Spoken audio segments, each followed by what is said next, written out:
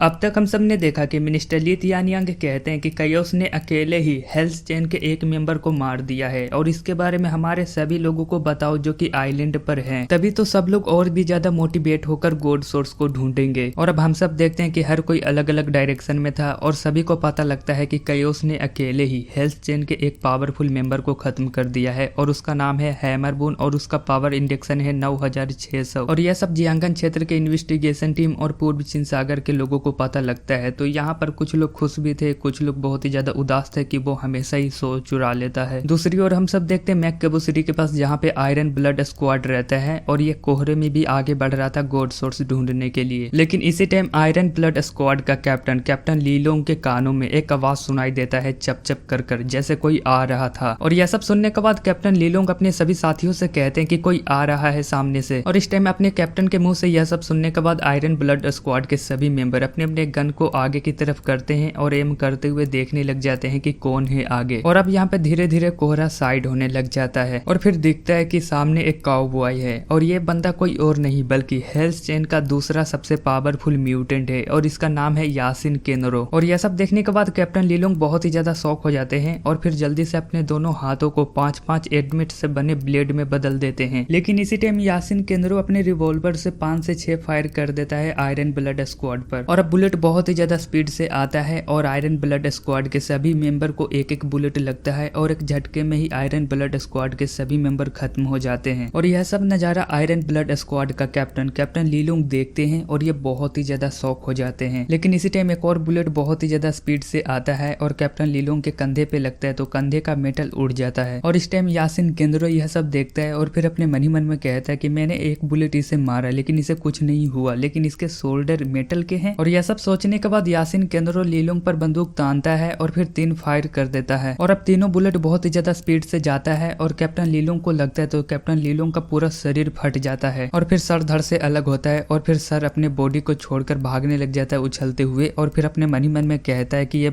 बंदा मुझे पता है कि कौन है, ये हेल्स चेन का वाइस कैप्टन यासिन केंद्रो है और इसीलिए मुझे यहाँ से भागना ही होगा किसी भी तरह से। और इस टाइम यासिन केंद्रो अपने मन ही मन में कहता है कि तभी तो मैं कहूँ कि इसका शोल्डर क्यों उड़ा, ये तो आर्टिफिशियल मैन है। और इस टाइम यासिन केंद्रो यह सब सोच ही रहा था और इस टाइम कैप्टन लीलोंग का शरीर जो कि मशीन था और उसमें एक चिप लगा हुआ था जिसके बाद एक बहुत बड़ा ब्लास्ट होता है और इस विस्फोटक से कई किलोमीटर का दायरा पूरा मशरूम क्लाउड में बदल जाता है। लेकिन इतने बड़े धमाके से भी कैप्टन लीलोंग के सर को कुछ नहीं होता है और ये उछलते हुए भाग ही रहा था। और इसी टाइम एक बुलेट बहुत ही ज्यादा स्पीड से आता है और कैप्टन लीलोंग के सर में लगता है तो कैप्टन लीलोंग का सर फट जाता है। लेकिन कैप्टन लीलोंग अपने सर फटने से 1 सेकंड पहले यहाँ पर जो कुछ भी देखा था, यासिन केंद्रो को फाइट करते हुए भी देखा था, यह सब कुछ रिकॉर्ड कर कमांड सेंटर भेज देते हैं और फिर कैप्टन लीलोंग अपना बलिदान दे देते हैं। और अब हम सब देखते हैं कि बुलेट फायर करने वाला कोई और नहीं बल्कि यासिन केंद्रो ही था और यासिन केंद्रो उस बड़े धमाके से भी बच गया था, मतलब कि कैप्टन लीलोंग का जो शरीर फटा था ना उस धमाके से भी बच गया था। और अब यासिन केंद्रो चलते हुए आता है और फिर कैप्टन लीलोंग का सर उठाता है और फिर कहता है कि ये तो अब कोई काम का नहीं है, ये तो बहुत ही ज्यादा डैमेज हो चुका है। और यह सब कहने के बाद यासिन केंद्रो सर को फेंकता है वहीं पर और फिर आगे निकल जाता है। दूसरी ओर हम सब देखते हैं कमांड सेंटर में जहां पर मिनिस्टर ली तियानियांग, मिनिस्टर C2 और भी बहुत सारे लोग थे और सब लोग इस टाइम बहुत ही ज्यादा शॉक थे। और सब लोग शॉक में इसीलिए थे क्योंकि सबको पता लगता है कि जियांगन क्षेत्र का एक powerful investigation team iron blood squad पूरी तरह से खत्म हो चुका है और उसे मारने वाला कोई और नहीं बल्कि हेल्स चेन का मेंबर है। लेकिन इसी टाइम मिनिस्टर C2 दुखी होते हुए कहते हैं कि हमारा एक जियांगन क्षेत्र का इन्वेस्टिगेशन टीम ऐसे ही मारा गया, उन्हें तो फाइट करने का मौका भी नहीं मिला। मिनिस्टर ली तियान, क्या आपको पता है कि यासिन केंद्रो कौन है और उसकी एबिलिटी क्या है? और यह सब सुनने के बाद मिनिस्टर ली तियानियांग कहते हैं कि यह हेल्स चेन का वाइस कैप्टन यासिन केंद्रो है, लेकिन मैं इससे कई बार मिल चुका हूँ सी पर और इससे कभी फाइट नहीं हुआ है तो मैं इसके एबिलिटी के बारे में नहीं बता सकता, लेकिन मैं इतना जानता हूँ कि यह हेल्स चेन का सेकंड सबसे पावरफुल मेंबर है, बस ओशन लोड से कम। और यह सब सुनने के बाद मिनिस्टर ली तियानियांग कुछ टाइम के लिए बहुत ही ज्यादा शॉक थे, लेकिन फिर मिनिस्टर C2 टेक्नीशियन को कहते हैं कि वीडियो को स्लो करो और दिखाओ कि उसने कौन सी एबिलिटी का यूज किया है। और यह सुनने के बाद टेक्नीशियन वीडियो को 8 गुना स्लो करता है, फिर 16 गुना स्लो करता है और फिर 1000 गुना स्लो करता है, तब जाकर दिखता है कि यासिन केंद्रो बस अपना हाथ ऊपर करता है और 6 बार ट्रिगर दबाता है और बुलेट निकलता है बहुत ही स्पीड से और कोई भी मूव नहीं दिखता है। बस इतना ही दिखता है कि यासिन केंद्रो ट्रिगर दबाता है और बुलेट जो निकलता है ना उसका स्पीड इतना ज्यादा है कि वो कैमरे में भी रिकॉर्ड नहीं हो सकता, ना ही उसे कोई देख सकता है। 1 सेकंड में मान लो बंदे के पास पहुंच जाता है और बंदा सीधे नीचे गिर जाता है। मिनिस्टर C2 यह सब देखने के बाद अपने मन ही मन में कहते हैं कि इतने पावरफुल म्यूटेंट के आगे हमारे म्यूटेंट टिक पाएंगे क्या? इसके बुलेट से कयोस बच पाएगा? मुझे बहुत ही ज्यादा टेंशन हो रहा है। अगर कयोस को कुछ हो गया तो हमारे जियांगन क्षेत्र पे बहुत ही बुरा असर पड़ेगा। और यह सब सोचने के बाद मिनिस्टर C2 कहते हैं कि मिनिस्टर ली तियानियांग, क्या आपके पास कोई सोल्यूशन है? हमारे सामने एक पावरफुल दुश्मन है, अगर ये वहां पर रहा तो हमारे लिए गॉड सोर्स को हासिल करना बहुत ही ज्यादा मुश्किल होने वाला है। मुझे नहीं लगता कि हमारे जियांगन क्षेत्र के कोई भी म्यूटेंट इसके सामने टिक भी पाएंगे। तो आप ही बताइए कि अब हमें क्या करना चाहिए? और यह सब सुनने के बाद मिनिस्टर ली तियानियांग कहते हैं कि तुम चिंता मत करो मिनिस्टर C2, हमारे लोग भी बहुत पावरफुल हैं। तुम्हें पता होना चाहिए कि हमारे पूर्व चीन सागर में भी ऐसे म्यूटेंट है जो कि किसी से कम नहीं। बस हमें देखना है कि कौन जीतकर गॉड सोर्स को हासिल करता है। और यह सुनने के बाद मिनिस्टर C2 कहते हैं कि मिनिस्टर ली, मुझे ऐसा लगता है कि यासिन केंद्रों के बारे में हम अपने लोगों को बता दें। अगर हम नहीं बताते हैं, अगर हमारे कैप्टन लेवल म्यूटेंट ऐसे ही मारे जाते हैं तो हमारा बहुत बड़ा नुकसान होगा। अगर हमारे लोगों को पहले से पता होगा इस म्यूटेंट के बारे में तो वो लोग आराम से और अच्छे से आगे बढ़ेंगे। और यह सब सुनने के बाद मिनिस्टर ली तियानियांग कहते हैं कि मिनिस्टर C2 आप सही कह रहे हैं, हमें सभी को बता देना चाहिए। और अब हम सब देखते हैं कि सब लोगों के पास वीडियो आ जाता है और सब लोग देखते हैं और सब लोग शॉक हो जाते हैं कि एक पावरफुल इन्वेस्टिगेशन टीम ऐसे ही मारा गया। दूसरी ओर हम सब देखते हैं जांगी को। जांगी भी इस टाइम अपना फोन निकाल कर कैप्टन लीलोंग के डेथ का वीडियो देख रहा था और फिर अपने मन ही मन में कहता है कि आयरन ब्लड स्क्वाड का कैप्टन एक आर्टिफिशियल मैन था, लेकिन मुझे इसके बारे में कभी नहीं पता चला। लेकिन हेल्थ चेन के मेंबर यासिन केंद्रो ने पूरे टीम को ही निपटा दिया। और यह सब सोचने के बाद जांगी फिर कहता है कि यासिन केंद्रो मेरे लिए ही बना है, मैं उसे खत्म कर उसके ओरिजिन को ऑब्जर्व करूंगा और फिर और भी ज्यादा पावरफुल बनूंगा।